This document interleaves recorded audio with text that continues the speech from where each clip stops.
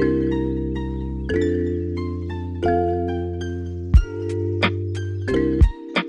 evening, morning, or afternoon, ladies and gentlemen, boys and girls, children of all ages. We're coming to you on a beautiful summer afternoon to welcome you back to the Low High Podcast. I'm Sele, And I'm Marcello.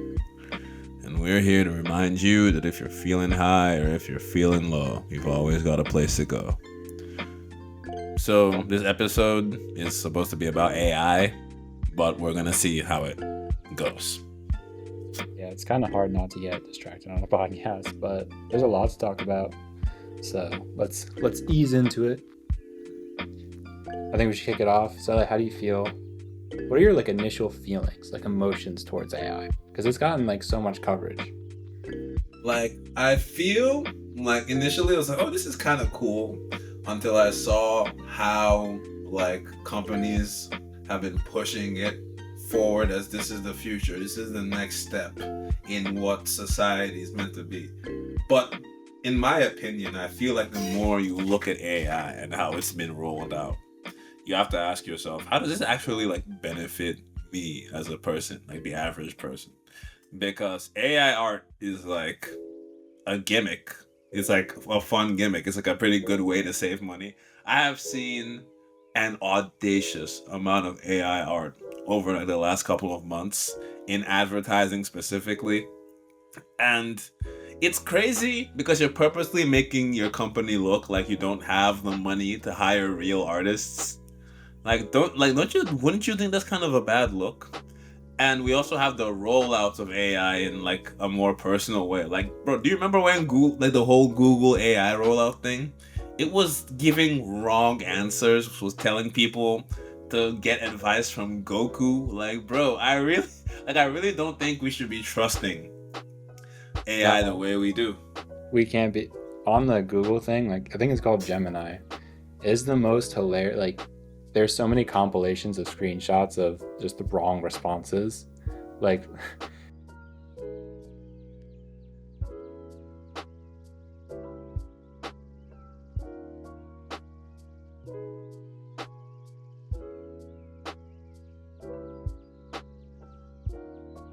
It quoted Reddit one time about someone asked feeling depressed, what should I do? It was according to Reddit, you should jump off a bridge. No. But I mean, that's obviously an extreme example, but yeah, a lot of people I don't like how it auto implicated that, because when I would Google something, it would always try and give me that. And then when I'd look into 2 or 3 articles, totally different answers. That Gemini needs a lot of work. And that's the thing. How is it how are we rolling this technology out into every aspect of our lives when it's not even reliable for the basics? Because bro, so many students now from high school to college are making use of ChatGPT, and they'll just see ChatGPT give them the absolute wrongest answer possible, but in their heads they're like, oh, this AI technology is reliable, why would it be wrong? And the thing is that most people aren't gonna check, they're not gonna look over it, because I feel AI is gonna become the equivalent of people reading the terms and conditions for things, except with facts. Because if an AI tells them something, they'll be like, oh yeah, it has to be true. But honestly, I feel it's gonna be the reverse. Because have you seen those Twitter accounts, the AI ones, whose only purpose is to rage bait and start arguments online to drive engagement? Yep. That's the thing. We have this whole new technology, but the best we can get out of it is pictures that don't have well-drawn hands and rage baiting people on the internet.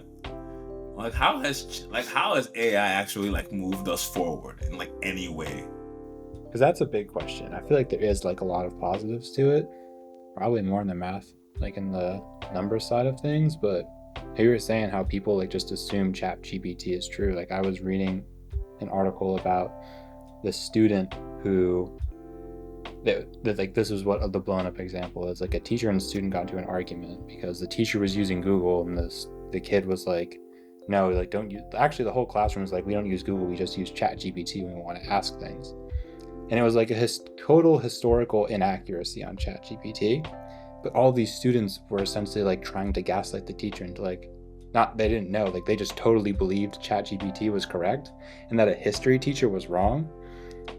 Which, like, I understand there can be bad teachers, but it was like a pretty, like, the ChatGPT's version of history had a bunch of historical conspiracy theories like tied baked into it, as opposed to just like the actual facts. So it's kind of interesting how people don't even use Google anymore. Like, kids are using ChatGPT over Google and they're taking it for like truth. Yeah, the thing is that, like, not only is it crazy, it's legitimately dangerous Yeah. because we're witnessing the death of facts in a very, like, real way. Mm-hmm. Because, bro, the thing is that most people are never gonna admit that they're wrong about anything. And if you create a system that is supposed to have all the answers, people are gonna take it as fact, especially young people who don't know better. Yep. And I feel like for me personally, it's like I'm thinking, like, whenever I see like the whole AI thing, it's like, bro, we grew up watching Terminator and what else, like Age of Ultron and every other movie where AI eventually goes bad. And it's like, bro, the AIs, at least the AIs in those movies, like, did something like cool or like somewhat beneficial. Like, bro, we have AI like making the kids dumber. That's Yeah. crazy to me. It's kind of crazy. It's actually extremely crazy. It's it is insane. And then earlier though you said like it's kind of with AI art specifically, which I think we all consume. All right, this is going to be kind of like a larger topic, but so AI and art I think is completely messing with me because I don't know, like you said, I've also seen a lot of ads that are intentionally AI. But at the same time now I can't tell if an ad is or is not AI. Like on the subway, like Street Easy had a bunch of these cool modern Renaissance paintings of like people owning their homes, right? And I really have had so many conversations with everybody on the subway with, like, do you think they AI generated that, or did someone actually paint those? Like, is that a real hired artist, or is this just like an AI thing? And it's kind of weird. Like, I don't, I don't know which one it is or how I'd feel about that. And I feel like when it comes to how AI is going to affect artists in particular, I feel like we need to talk about the average person's opinion on art. Because the thing is that the average person doesn't really care whether or not the poster they're going to see on the subway was made by a person or an AI. Because they're only going to look at it for like a little while. But the thing is that this has, I feel like, it has like wider, like long term implications because, like, in a world where, like, we want machines making art, are we just gonna be used for labor? I mean, probably, right? It's like we kind of all wanted AI to like color code and fold our laundry, not take our jobs or replace our art. Yeah, no. Because, no, what are we supposed to do with ourselves aside from work? And that's another thing. We're living in an employer's economy. Like, people are having the worst time getting jobs. And there's like, I have a side job where I work for an AI company training AI bots. And it's like, you pay with your soul doing stuff like that. Because, like, you look at these bots and the way, and they're not incredibly clever. They're not very smart. They need to be actively, constantly changed. Like, a new study that came out from the University of Copenhagen has kind of explained that it's not possible to create an algorithm for an AI that's always going to be stable. So if we're planning like these things, these AI as something we'll be using long term, like, how exactly, like, we're still going to need people to work to maintain and constantly make sure that the AI isn't just spitting out random rubbish. Facts. So, like, it's supposed to be like, oh, supposed to be making information easier for humans. But if humans have to correct it, then what's the actual point of it at all? This is also very true. But then the thing too is like we're not correcting it. It's just because you can kind of post whatever you want on the internet, and it just depends how like its SEO is gonna rank, and like that's what people don't look past the first page of Google, and people do not use Google Scholar. So it's kind of interesting how like no one's really checking or fact checking like AI.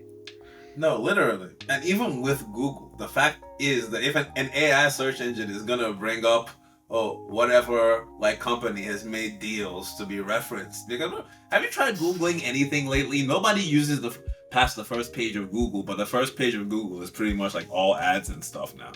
Yeah, yeah, exactly.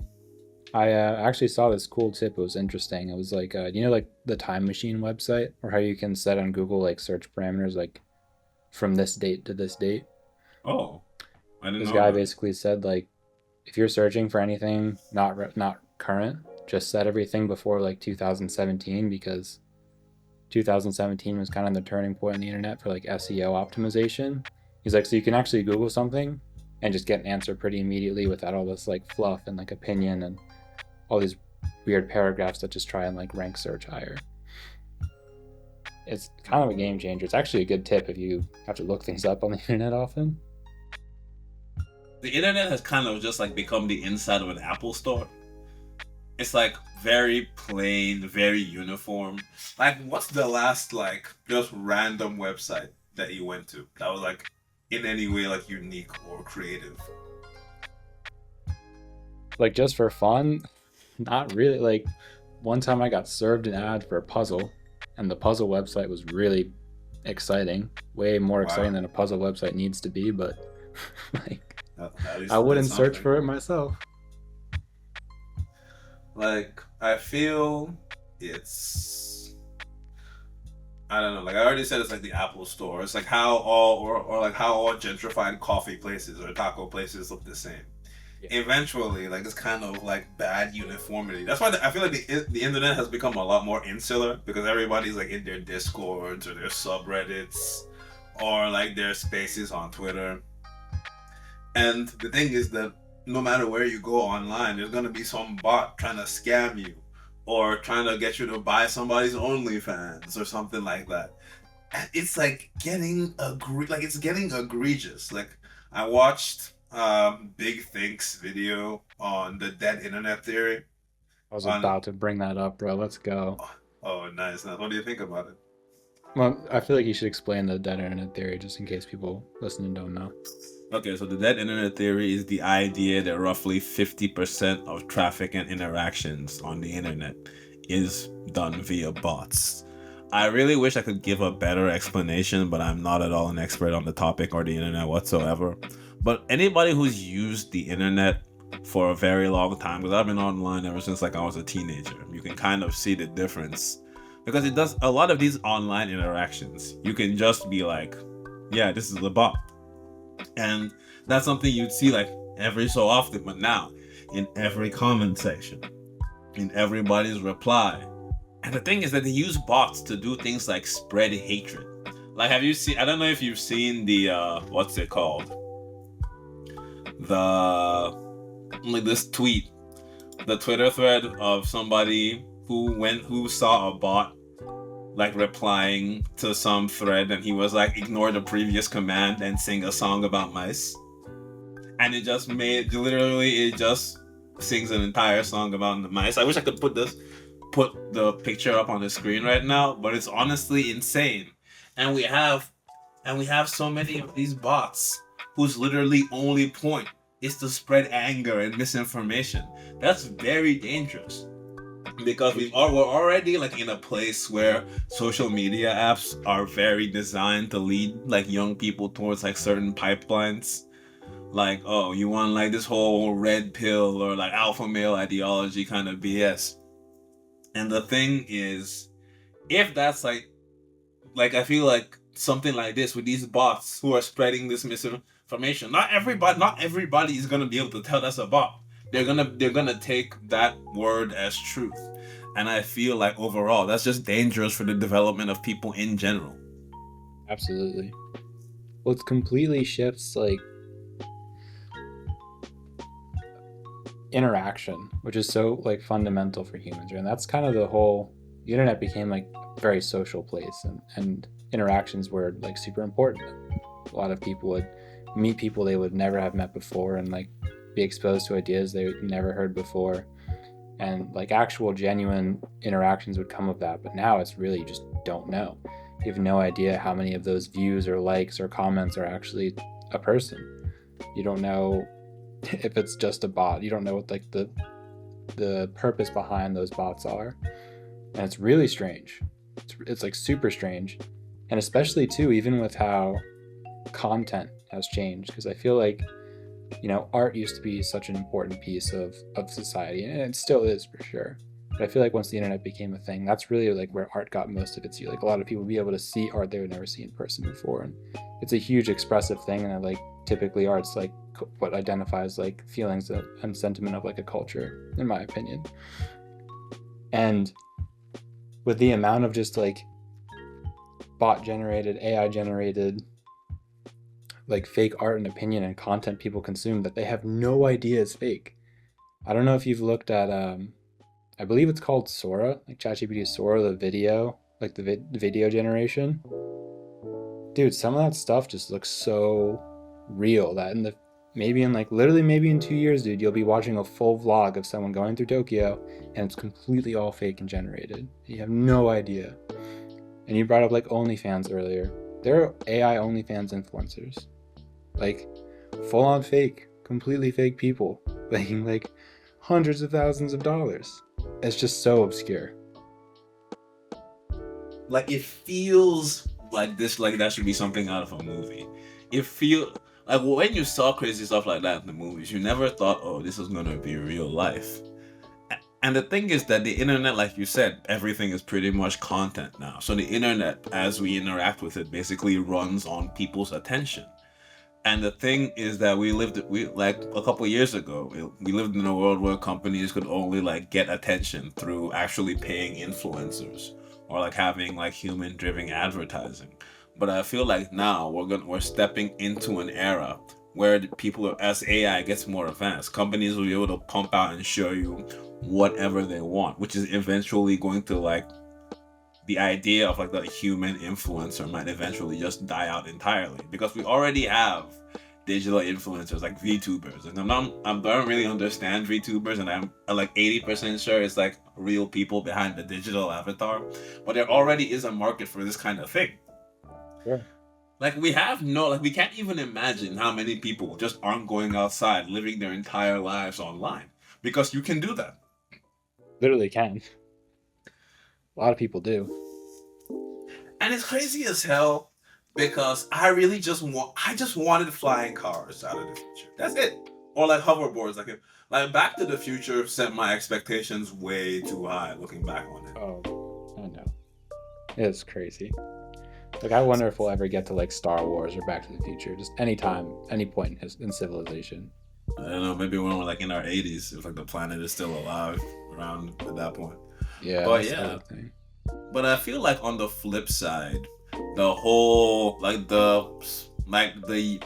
internet taking this uniform kind of like the stagnation of the internet, I feel has created more of a drive for like genuine connection, which I think is like a good thing. Like there's this app, I think it's called 222 or something.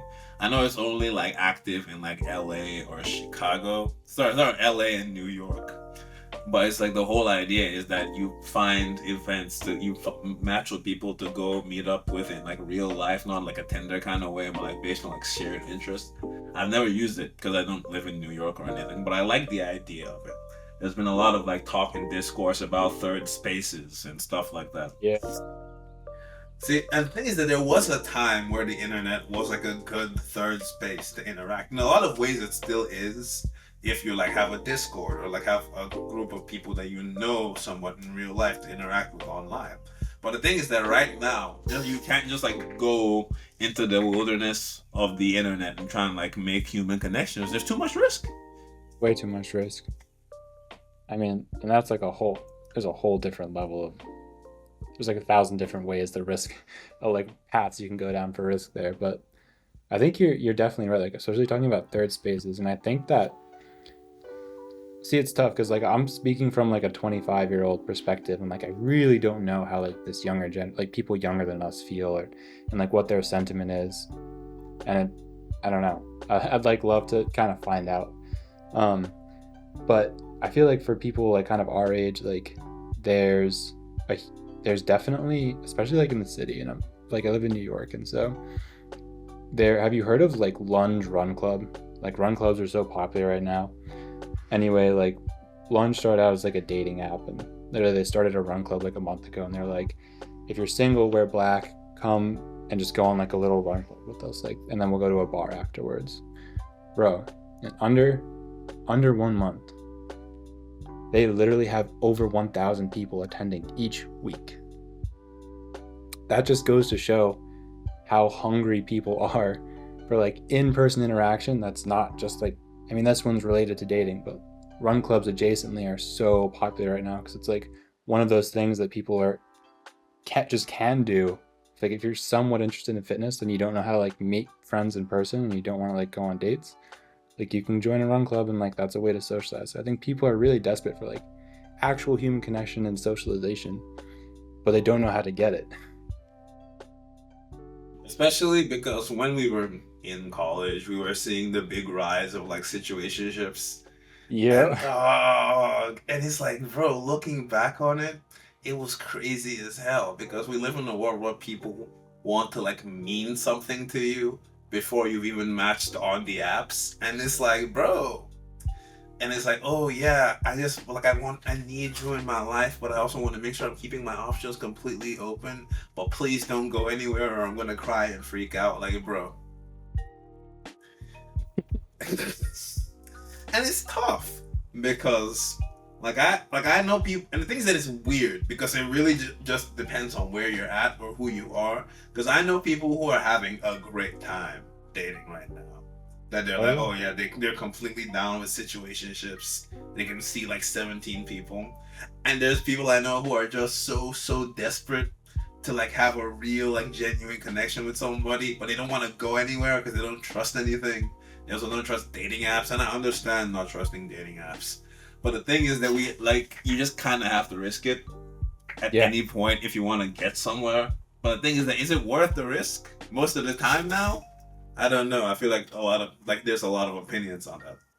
There's a lot of opinions on that, and as there like should be, because I mean, so many things can.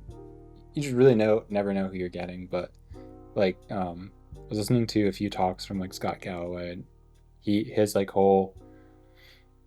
He has like a fear for younger people and like the internet, especially regarding dating. He said, we can spend so much time online, and even if you don't like just matching with people or talking with people on the internet via a dating app, like you can get like an AI date online that will just talk to you and text you and like whatever you want. They'll always be there for you, and they'll always tell you things you kind of want to hear. And that's really freaky because I think I'm not gonna say the whole point, but I think an unavoidable reality of meeting people in person, whether it's dating or just friends, it's like it's gonna be awkward at first. You're probably gonna like fuck up sometimes. Like it's never just a guaranteed what you're going to get. And that's kind of just like how human connection works.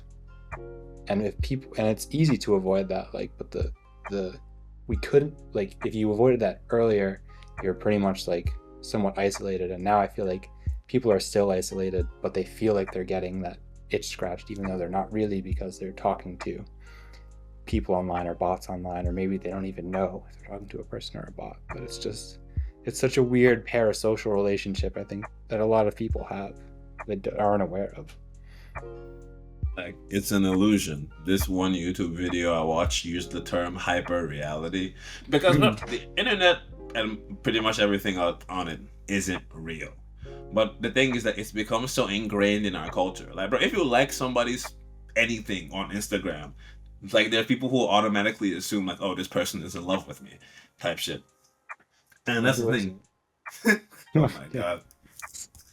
But yeah, the thing is, we've given so much weight and value to what happens online. I feel like people are becoming less and less comfortable with the realities of what it means to actually have a person in your life. Because like people will be like, oh yeah, I don't want to try meeting anybody in real life because that's harder. But dating apps are easier. Like, but it's strange too. Like I think the social media profile is so weird because it's not weird, but so nowadays, if your friend's talking about a friend, you're gonna meet somebody. Like a lot of people will try and find their socials before they meet them, so they can like know they can like make an assumption about the person already. So like if I met you before, if I looked at your socials before I met you, I would. You just can't help it. Like I would make opinion. I'd like have an opinion about you already. You're like, oh yeah, I really just have a good sense for people. Like, bro, you looked at this person's Instagram for 5 minutes. You Yeah. literally don't know them. Don't know them at all. And it's but what's weird too is you know things about them that you wouldn't like. Like okay, I know about your trip in Bali and I know about your two past boyfriends. I don't know your middle name or your last name, but like Like, I've never met like, you before.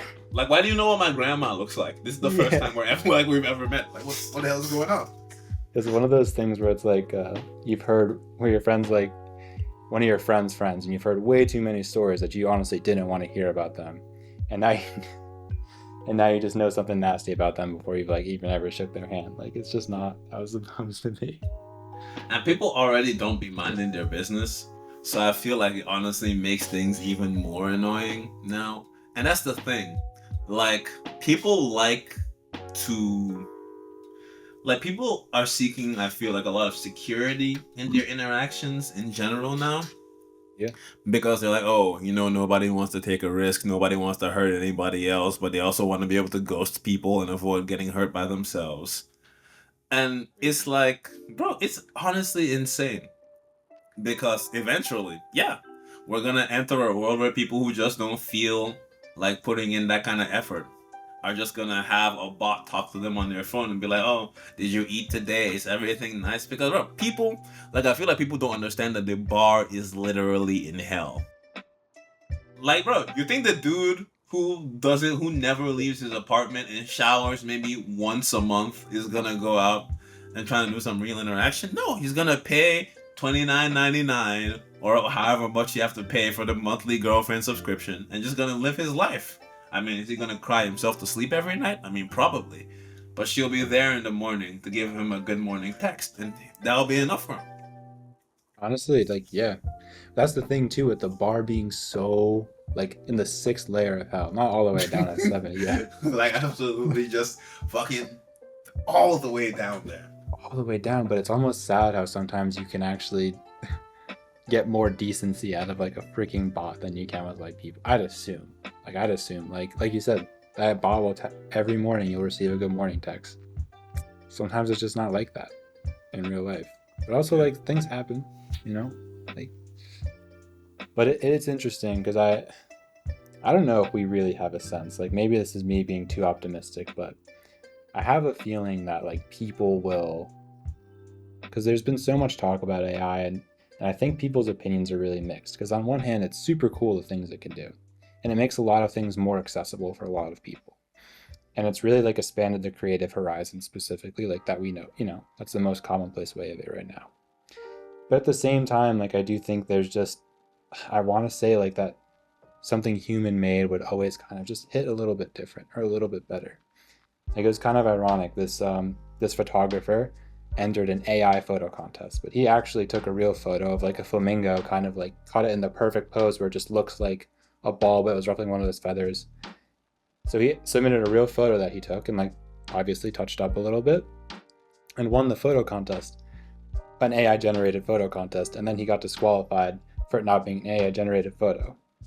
That's like one strange case, but it almost gives me hope in a way because like I do think people just, I don't know, we all see things kind of the same way, and I just don't think a computer can entirely replicate that all the time.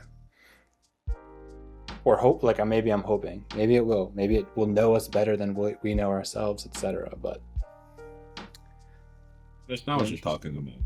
I feel like the human need to create, to like express ourselves, it's been ingrained in us forever.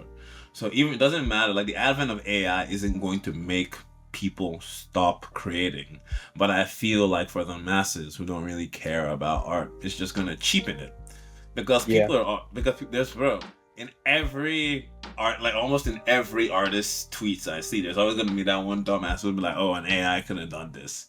And literally, that's another thing. It gives people who don't put work into making anything another avenue to justify, like, trying to talk down to people who actually create. And that annoys me personally. yeah, for Because it's sure. like, bro, like, oh, because, like, or like that guy who tried to make, like, an AI storybook and sell it. Like, it's like, what? Like, bro. And Because you're literally, like, there is just like if it's AI anything, there is you can't pass it off as your work because you didn't do anything. I do agree. I know there's controversy about like, well, I generated the prompts and I tweaked it until I got where I want. But the thing is, since AI takes everything, since it learns from everything, and it's kind of to the point where you can say like, draw a Ninja Turtle in the Studio Ghibli style. Like it's referencing all of Studio Ghibli's work, all the animation studios work. All of their work is what's actually created XYZ, which is like similar to, you know, how people reference like Picasso. He was, you know, and then that created a whole new section of like fine art, etc. But I do agree, like I don't think you can just take claim for doing it because it's literally referencing and learned from other people, like real life people who have done these things. But also, I kind of feel like in terms of AI and like the creative space, I personally have like I think it's really cool. I kind of have fun with it.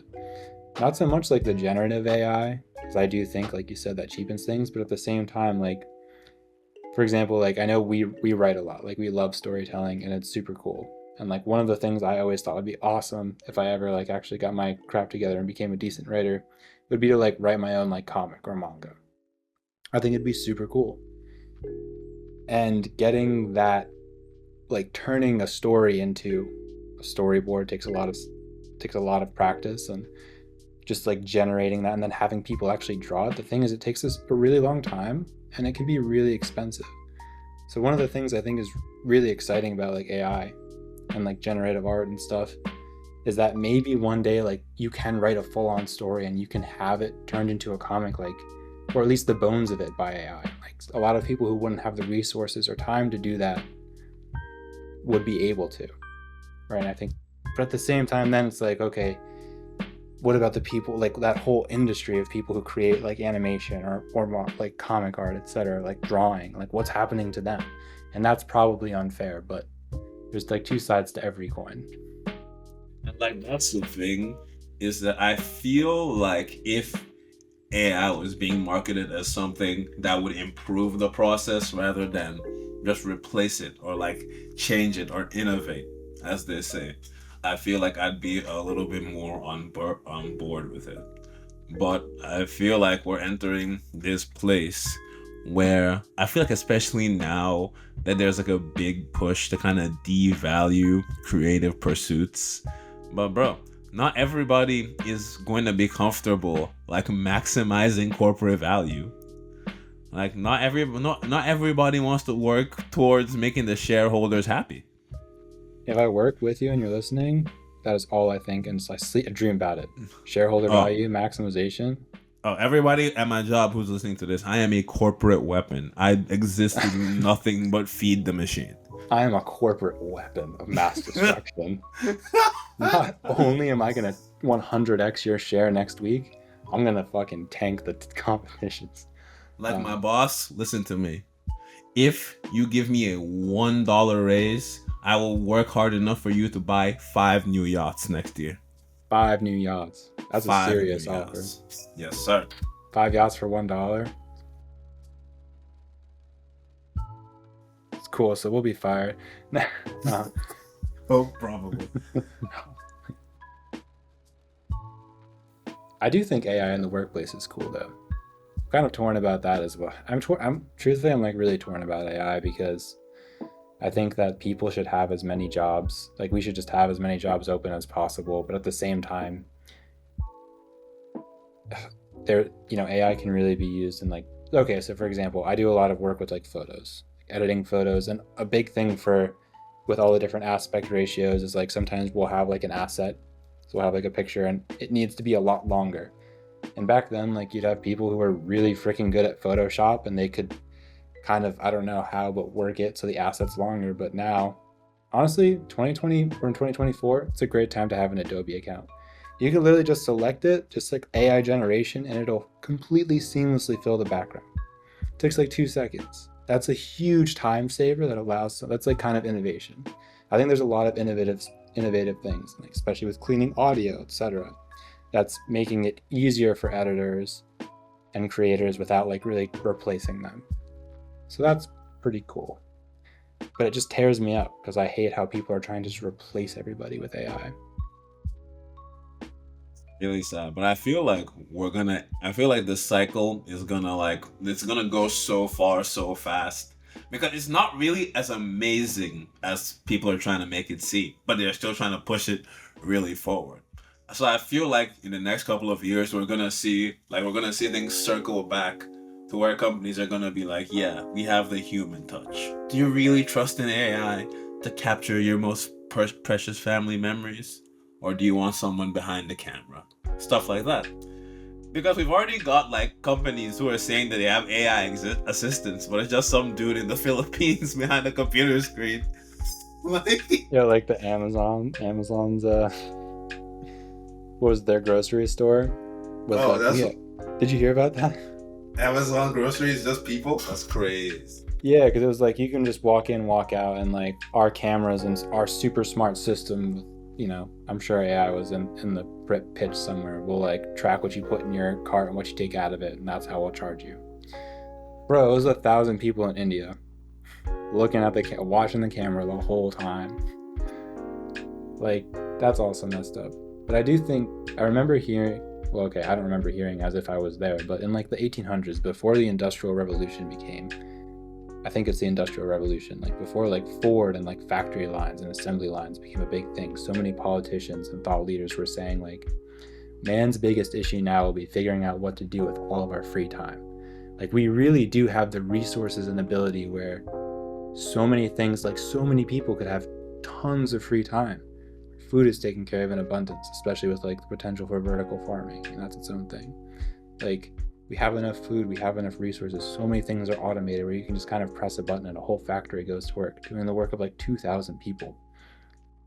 Constantly, like nonstop. Like, we should all be able to just enjoy the beach. Like, we should all have so much free time. And instead I'm hearing people in elevators talking like, yeah, I get in the office at 6 and I leave at 10, I'm the VP. Like, that sucks. That's horrible. What are you That's not. even eating? Like, how do you have time to eat? And it's like stupid too, because he was kind of bragging about it. Like, I respect someone with like, if you really care about something, like, cool, you're obsessed with it, like, do it.